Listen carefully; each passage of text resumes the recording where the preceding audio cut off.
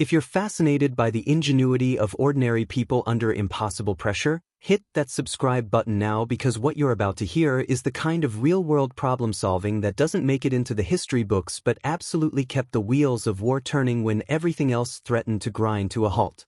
The road stretches ahead like a black ribbon under the pale September sky, dust hanging thick in the air, mixing with exhaust fumes and the smell of hot metal baking under the afternoon sun. Somewhere northeast of Chartres, France, 1944, and the highway is choked. Bumper to bumper, hundreds of vehicles crawl forward in fits and starts, GMC 2.5-ton trucks loaded with fuel drums, ammunition crates, rations, spare parts, everything the advancing armies need to keep pushing east toward Germany. This is the artery, the lifeline, what some are already calling the Red Ball Express, though the name hasn't quite stuck yet in September. All that matters is keeping the supplies moving, keeping the convoys rolling, because up ahead, Patton's Third Army is tearing through French countryside faster than anyone thought possible, and they're burning fuel and ammunition at a rate that makes logistics officers wake up sweating in the night. Inside the cab of truck number 37, a GMC CCKW with a white star stenciled on the hood and mud caked up to the wheel wells, Private Eddie Morrison grips the steering wheel with hands that haven't stopped shaking since dawn. 20 years old, from somewhere outside Pittsburgh where his father worked the steel mills, Eddie's been driving for 16 hours straight with only a 10-minute break to piss and choke down cold coffee from a canteen. His eyes burn. The convoy ahead inches forward. He eases off the clutch, rolls maybe 20 feet, brakes again. The temperature gauge on the dashboard has been climbing for the last hour, needle creeping past the safe zone into the red. He watches it. Tries not to watch it. The engine's running hot, too hot, has been since they left the last checkpoint, and there's a sound under the hood he doesn't like, a metallic rattle that wasn't there this morning. "Come on, baby," he mutters, patting the dashboard like it's a nervous horse. Just a little further. The engine coughs. Steam begins to hiss from around the edges of the hood. The temperature gauge pins all the way right. Eddie's stomach drops. He knows what's coming. The engine sputters, loses power, and suddenly there's a loud snap under the hood, a sound like a gunshot, and the temperature spikes as the cooling system fails completely. Steam erupts from the grill, white and angry, and the engine dies. Just dies. The truck rolls to a stop right there in the middle of the convoy, blocking the lane.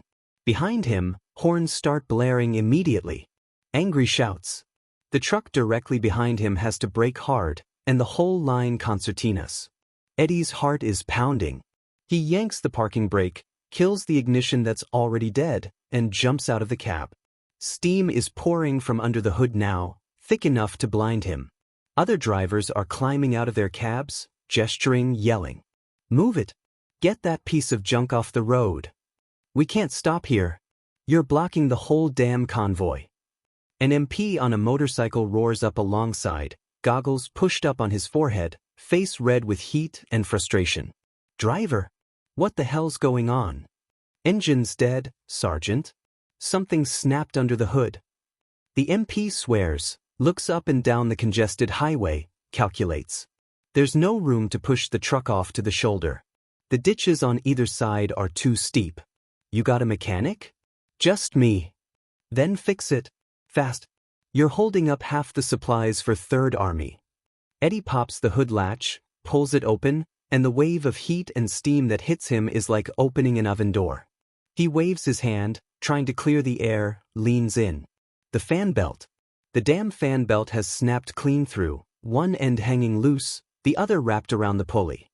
Without it, the cooling fan isn't spinning, the water pump isn't circulating coolant, and the engine cooked itself in minutes. He stares at the broken belt, mind racing. They're carrying spare fan belts somewhere in the supply load, but finding them means unloading half the truck, digging through crates, maybe an hour of work, maybe more, and the convoy can't wait that long. The pressure is immediate, suffocating. Around him, other drivers are shouting, vehicles are trying to squeeze past in the narrow space, everything is chaos. Corporal James Duchamp appears at Eddie's elbow, shorter guy, wiry, from Louisiana, got grease under his fingernails that never quite comes out. He's the closest thing this platoon has to a real mechanic. He takes one look at the broken belt and whistles low. Fan belt's gone. You got a spare? Buried somewhere. Take an hour to dig out. We don't have an hour. James wipes sweat from his forehead, thinks. Around them, the shouting continues. An officer is striding down the line, demanding to know what the holdup is. Time is collapsing. James looks at the belt, at the pulleys, measuring with his eyes. We need something we can wrap around those pulleys. Something strong but flexible. Rope won't work, it'll fray and snap in seconds with that heat and speed. Eddie's mind is blank. He's exhausted, panicked, can't think. Other soldiers gather around, offering useless suggestions.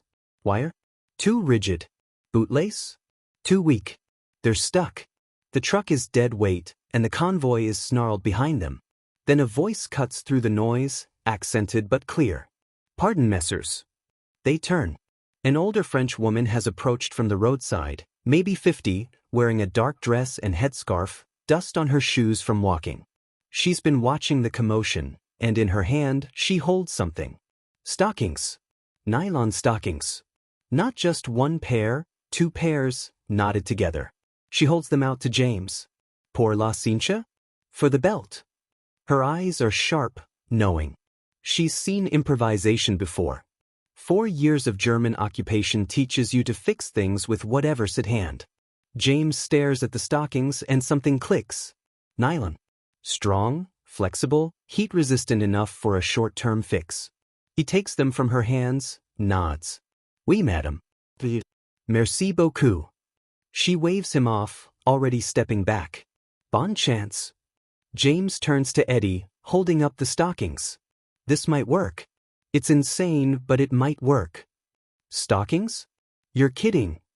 You got a better idea? James is already moving, ducking under the hood. We twist these tight, wrap them around the pulleys, it'll turn the fan long enough to get this heap running and off the road. Maybe 10 miles, maybe 20, but that's all we need. Eddie looks around. The officer is getting closer. The shouting is louder. Do it. James starts working fast. He takes the stockings, twists them tight into a makeshift cord, wraps one end around the crankshaft pulley, loops it over the water pump pulley, then the fan pulley, pulling it taut. The nylon stretches slightly but holds. He ties it off, double knots, pulls it tighter. Eddie helps, holding tension while James secures the second knot. The stockings are stretched drum-tight across the pulleys, jury-rigged and absurd but functional. James steps back, wipes his hands. That's not going to last long. Doesn't have to. Just has to get us off this road and to a supply depot. James looks at Eddie. Fill the radiator. We need water. Eddie grabs a jerrycan of water they keep for exactly this, unscrews the radiator cap carefully because it's still hot enough to burn, and pours. The radiator hisses and steams as the cold water hits hot metal. He fills it to the top, screws the cap back on. James checks the makeshift belt one more time, tugs on it. It holds. Try it. Eddie climbs back into the cab, pulse hammering. He pumps the gas pedal once, twice, turns the key.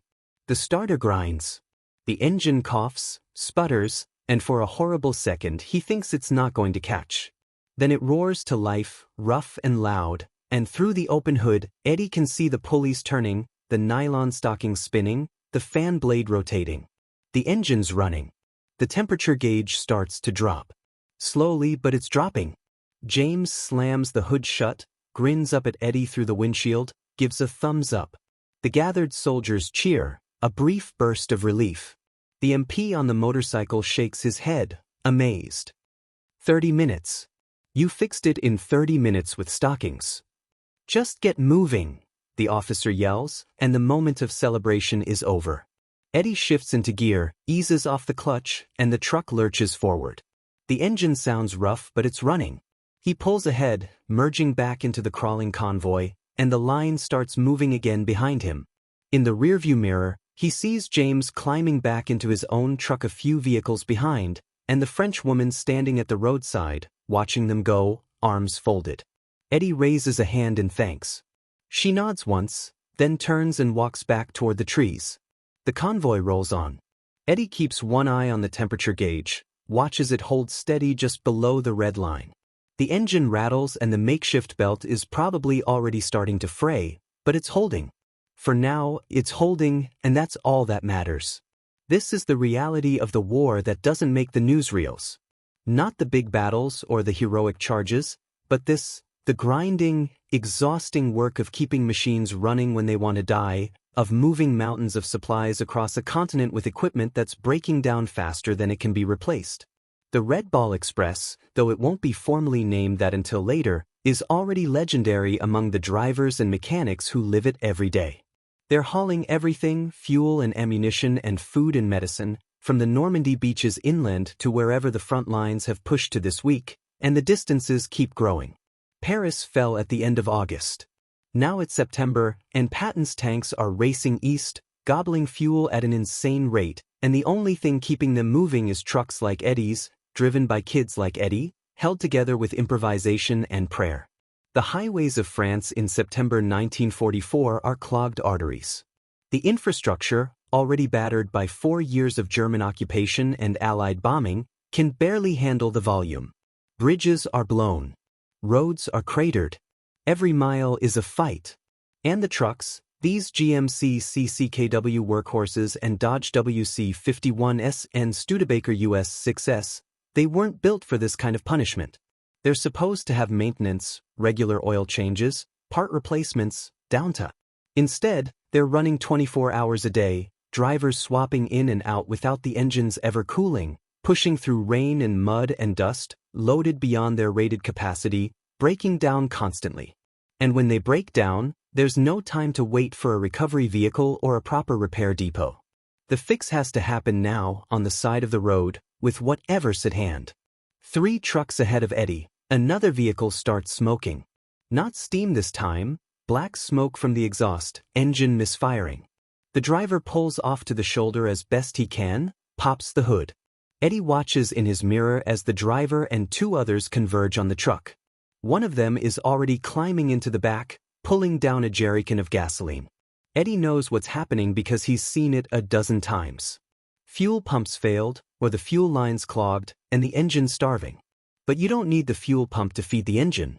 You just need gravity. They rig it fast, practiced motion. One guy unscrews the engine cover over the carburetor. Another hoists the jerrycan up onto the cab roof, secures it with rope, then runs a rubber hose from the jerrycan spout down into the carburetor throat. Gravity feed. The gasoline flows down on its own, straight into the carburetor, bypassing the failed pump entirely. It's a hack, crude and dangerous because you're feeding raw fuel directly into the engine with no regulator, but it works. The driver climbs in, cranks the starter, and the engine catches and runs. Rough, uneven, too rich, but running. He pulls back onto the highway and rejoins the convoy. The jerrycan sits strapped to the roof, feeding fuel by gravity, and it'll work until they reach a depot or the can runs dry. Eddie shakes his head, half smiling despite the exhaustion. This is how it works out here. This is how the war is won, not by grand strategy but by tricks like this, stockings and jerrycans and wire and whatever else can be scrounged. The manual says you need a replacement fuel pump and proper tools and a mechanic with training. The road says you need creativity and guts and a willingness to try anything because standing still means the convoy stops and the supplies don't reach the front and soldiers die because they ran out of ammunition or fuel or food. Hours pass. The sun starts to sink toward the horizon, light turning golden, then orange. The convoy keeps crawling forward. Eddie's been driving for almost 20 hours now, and his vision is starting to blur. He blinks hard, slaps his own face to stay awake. The makeshift nylon belt is still holding. Every few miles, he listens for any change in the engine sound, any sign that the belt's about to snap, but it keeps running. The French woman's stockings are saving his life right now, keeping this truck moving, and he wonders briefly what she's going back to, what her village looks like, whether she's got sons or a husband who might never come home. The war is so much bigger than just soldiers and tanks. It's everyone, civilians and combatants, all tangled together in this enormous grinding machinery of violence and survival. Ahead, another truck has stopped, flashers blinking. Eddie slows, pulls up alongside. The driver, a kid who looks even younger than Eddie, maybe 18, is out of the cab, leaning against the hood, looking defeated. No steam, no smoke. Just a truck that won't start. What's wrong? Eddie calls out. Ignition's dead. Won't even turn over. James pulls up behind Eddie, climbs out. He walks over, asks the kid to try the starter. The kid turns the key. Nothing. Not even a click. James opens the hood, traces wires with his fingers. Finds the ignition coil, follows the wire to the starter solenoid. He pulls out a pocket knife, scrapes away some corrosion from a connection point, then takes a short length of wire from his pocket and bridges 2 terminals directly. Try it now. The kid turns the key. The starter grinds and the engine catches, roaring to life. The kid's eyes go wide. What did you do? Bypass the ignition switch. It's corroded. This wire's going to stay here now, so don't shut off your engine until you reach the depot, because starting it again is going to be a pain. I won't. Thank you. James waves him off, climbs back into his own truck. The convoy moves again. Small fixes. Quick fixes. Anything to keep moving. Night falls and still they drive. The convoy doesn't stop. Headlights are taped over, narrow slits to reduce visibility from the air, even though the Luftwaffe is mostly grounded now. The darkness is disorienting. Eddie can barely see the road ahead. His back aches. His eyes burn. The temperature gauge is still holding steady, but the engine sounds rougher now, and he knows the nylon belt is fraying. It's only a matter of time. Around midnight, there's a commotion up ahead. Vehicles are pulling over. Eddie follows, confused, until he sees the problem. One of the trucks, a Studebaker loaded with fuel drums, has blown a radiator hose.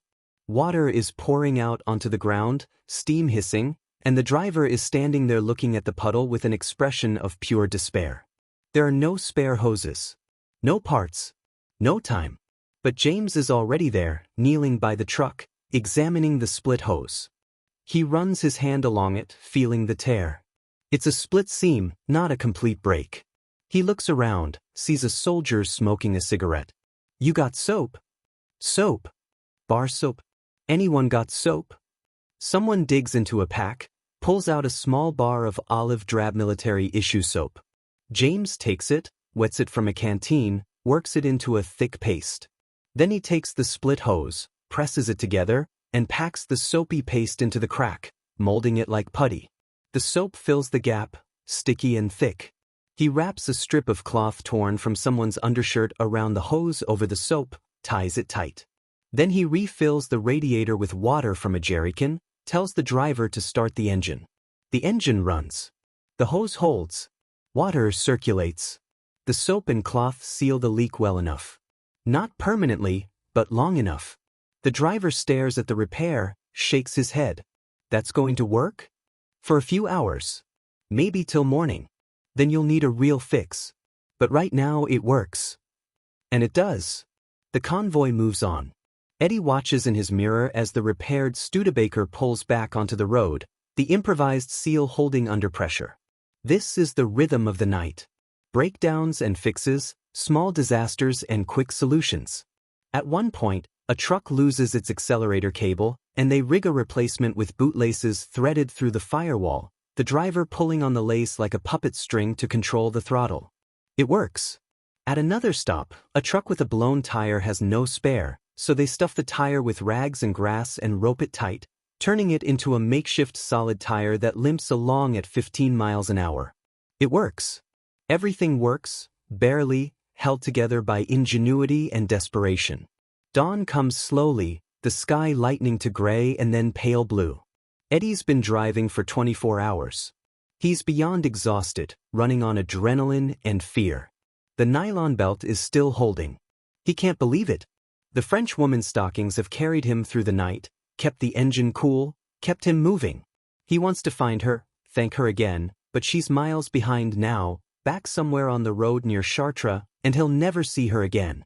At a crossroads, there's finally a supply depot, a collection of tents and parked vehicles and fuel dumps guarded by MPs. The convoy pulls in, and Eddie kills the engine and just sits there for a moment, hands shaking, too tired to move. James appears at the window, knocks on the glass. Come on. Let's get you a real fan belt. They find a mechanic at the depot, explain the situation.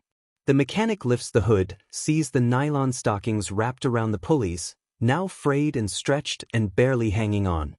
He laughs, a short bark of surprised admiration. You drove all night on stockings? About 60 miles, James says. The mechanic shakes his head. I've seen everything now. He cuts the stockings away, tosses them aside, and installs a proper rubber fan belt from the supply stores. Takes him 5 minutes. The engine purrs smoothly now, temperature holding normal. Eddie climbs out of the cab, stretches, feels every muscle protesting. Other drivers are collapsing onto the ground, too tired to stand. Some are laughing, the brittle laughter of relief after hours of tension. Someone passes around a canteen of coffee, real coffee, hot. Eddie drinks, burns his tongue, doesn't care. He looks at the ruined stockings lying in the dirt near the truck, remembers the French woman's face, her knowing eyes. He picks them up, folds them, puts them in his pocket. A souvenir. A reminder. James is sitting on the running board of his truck, smoking a cigarette. Eddie sits beside him. Neither speaks for a long moment. Around them, the depot is a hive of activity, trucks being refueled and reloaded, drivers being swapped out, the machinery of logistics churning on. You know, James finally says, they're going to tell stories about this someday. About how we kept the armies moving with jerrycans and soap and stockings. You think anyone will believe it? Probably not. James grins. But we'll know. That's enough. Eddie nods. He's too tired to think about history or stories or posterity. All he knows is that the truck runs, the supplies moved, and they survived another night. That's enough. That's everything. The war will continue for months yet, grinding toward its conclusion in the rubble of Berlin. The Red Ball Express will keep running, drivers and mechanics improvising solutions to impossible problems, keeping the supplies flowing even when the odds say it can't be done. And most of these fixes, these field expedients born of desperation and creativity, will never make it into the official records. No one writes reports about replacing a fuel pump with a jerrycan and gravity. No one documents the use of stockings as fan belts or soap as radiator sealant. But these small acts of ingenuity, multiplied across thousands of vehicles and tens of thousands of miles, are what keep the war machine running. They are the invisible infrastructure of victory, the unsung labor of ordinary people doing extraordinary things under pressure. Eddie will drive again tomorrow. And the day after.